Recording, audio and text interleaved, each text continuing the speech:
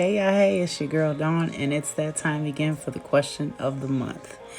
And July's question of the month is: what emotion began your HIV advocacy, and what emotion do you intend to convey through your advocacy?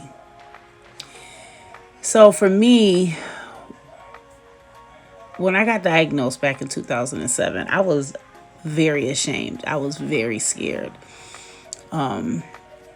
And I was so afraid that people were not going to like me anymore and love me that I kept my diagnosis a secret for a very long time.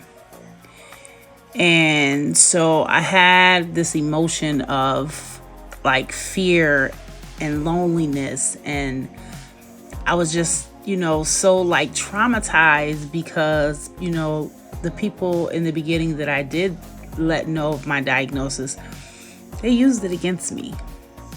And so when I think about what emotion started my advocacy in HIV, it was an emotion of fear. And I say that because when I decided to, release myself from the burden of having this one secret that was just keeping me bound up and allowing people to, use and abuse me, I wanted to take my power back. And so when I disclosed to the world, that was me, this little girl who had been abused for so many years in other areas of my life, releasing the one last thing that had kept me bound in fear of not being able to live and be who I am today. And so as a Black woman, I realized that, I've talked to so many women that, live in a state of fear for whatever reason. And a lot of them being because of their HIV diagnosis, because of the stigma behind it, because of not wanting to lose family and friends and, any other things that could possibly come along with it because of the miseducation about HIV.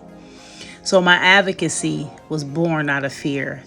But today, my advocacy is about strength. Strength of a Black woman, strength of women in general. We are some powerful, powerful women. All women, but especially women with HIV. Because we have taken something that should have kept us bound up in fear and shame. And we have taken it by the horns and made it a power to be able to educate, to be able to stand strong and say, yes, I am a woman, a Black woman, living with HIV for 18 years. But outside of all of that, I am a strong woman. I'm a beautiful woman. I'm a loving woman. I'm a caring woman. And the HIV status does not make me totally who I am. It's a small part of me. So that emotion of fear is gone. I am very outspoken about my HIV status. I am not ashamed anymore. I know that I am a magnificent person.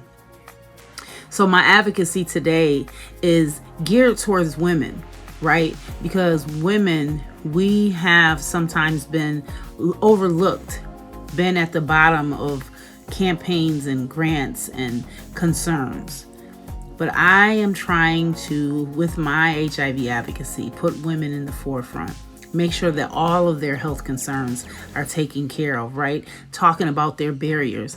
And the HIV Stops With Me campaign has given me a platform to get my voice out to a larger audience, right? To women all over New York State, right?